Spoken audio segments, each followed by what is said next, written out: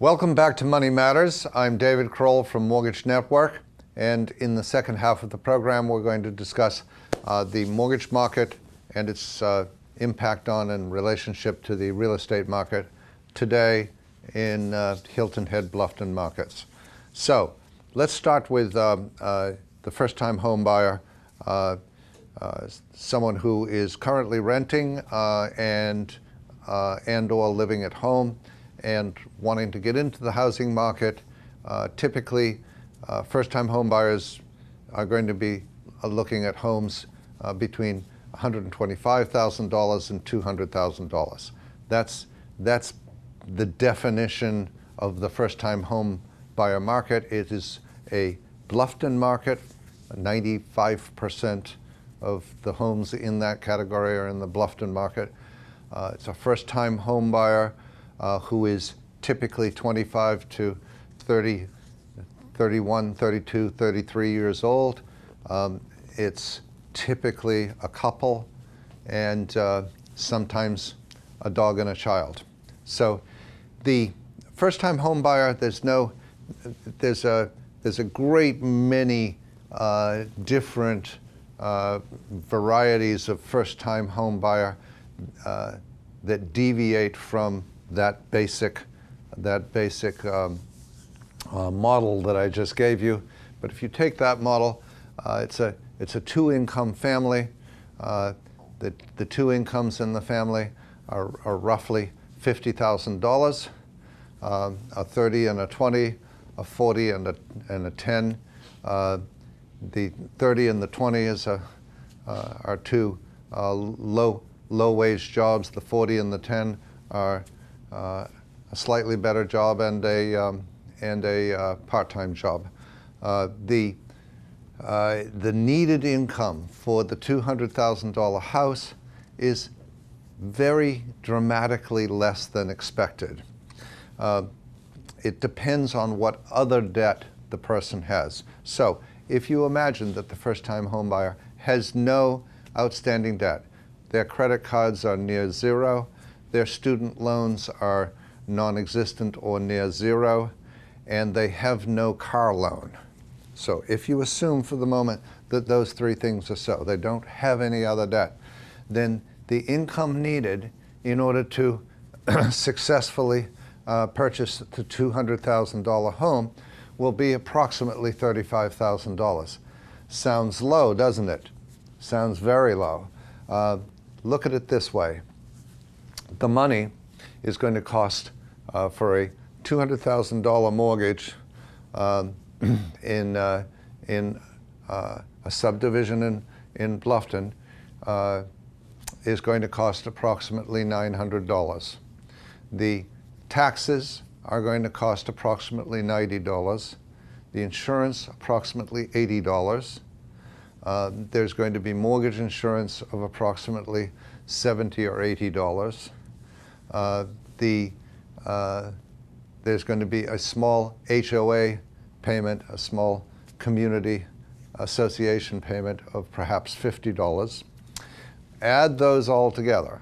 The 900 plus the 90 plus the 80 plus the plus the 80 again for the mortgage insurance, and what you have is about $300. $1,200, 900 plus 300 is $1,200. The income needed in order to support a $1,200 housing payment is about $30,000 to $35,000. That almost seems like a miracle.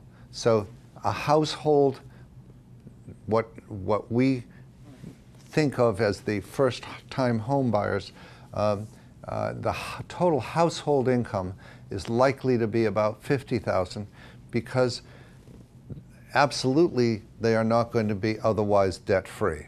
They're going to have a modest car payment, $250, $300. They're going to have perhaps a couple of $100 a month of student loans. They're going to have perhaps a couple of $100 a month of credit card loans. Add those three together and we have an additional $700 of debt.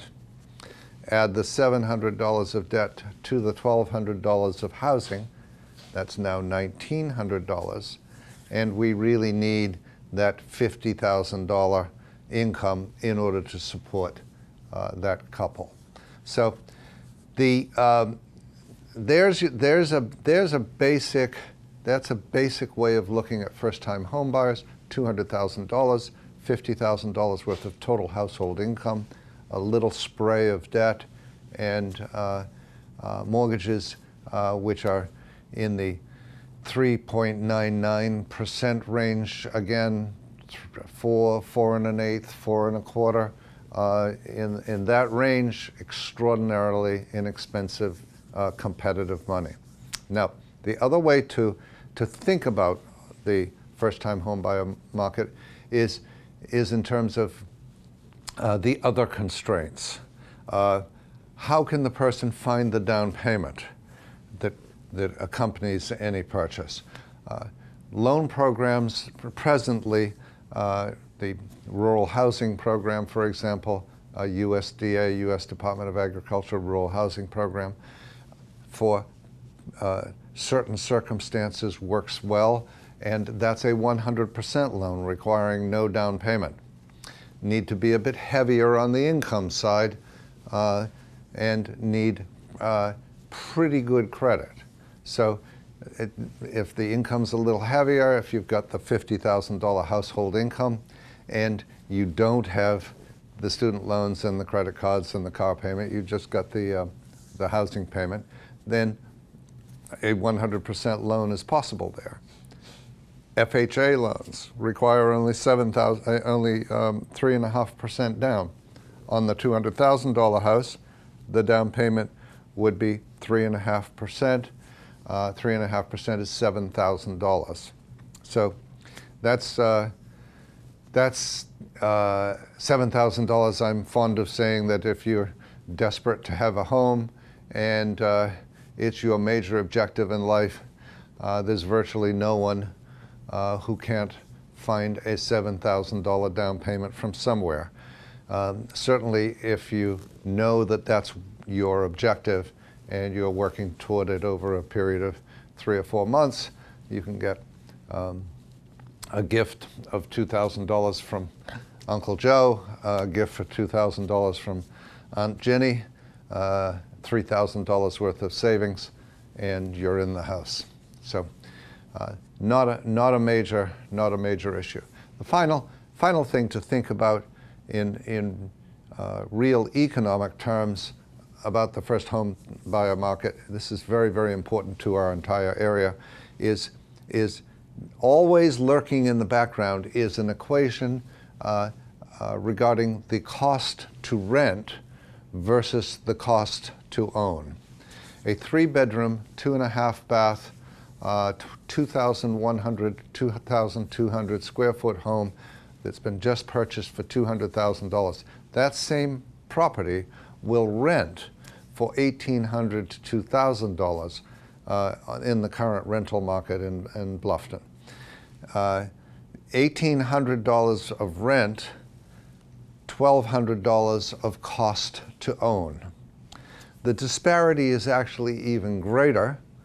The rent equivalent is of a $1,200 cost to own is actually about $1,050. In other words, there's about $150 a month of tax benefit that will go to the owner of that new home. In other words, when they get their tax refund, they will be happy to see that they get a $1,500 to $1,800 tax refund because of owning their home. So that's another $150 off the cost of the home in effect. So the disparity is enormous. $1,800 to rent if you can find a place, $1,200 minus $150, $1,050 to own the same place. In the past 20 years that I've been here, the deviation between cost to rent and cost to own has only for a couple of brief periods been as disparate as it is now. It's a very, very major